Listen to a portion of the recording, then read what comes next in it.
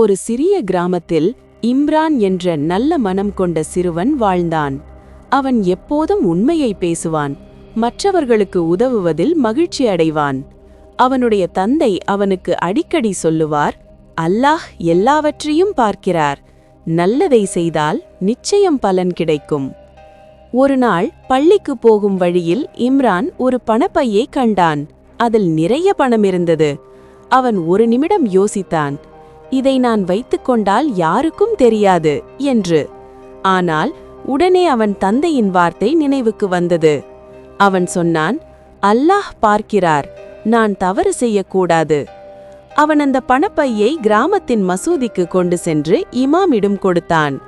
சில நேரத்தில் ஒரு முதியவர் மிகவும் கவலையுடன் வந்து தனது பணப்பையை இழந்துவிட்டதாக கூறினார். அது அவருடைய வாழ்க்கை சேமிப்பு. இமாம் அந்த பணப்பையை அவருக்கு கொடுத்தார். முதியவர் மிகவும் மகிழ்ச்சியடைந்தார்.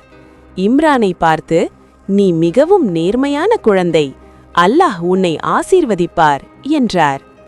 அந்த நாள் முதல் கிராமம் முழுவதும் இம்ரானின் நல்ல பெயர் பரவியது. அவன் உண்மையாலும் நம்பிக்கையாலும் அனைவருக்கும் ஒரு உதாரணமாக மாறினான். நெறி, உண்மை மற்றும் நேர்மை எப்போதும் வெற்றி தரும். அல்லாஹ் நம் செயல்களை எப்போதும் கவனித்துக் கொண்டிருக்கிறார்.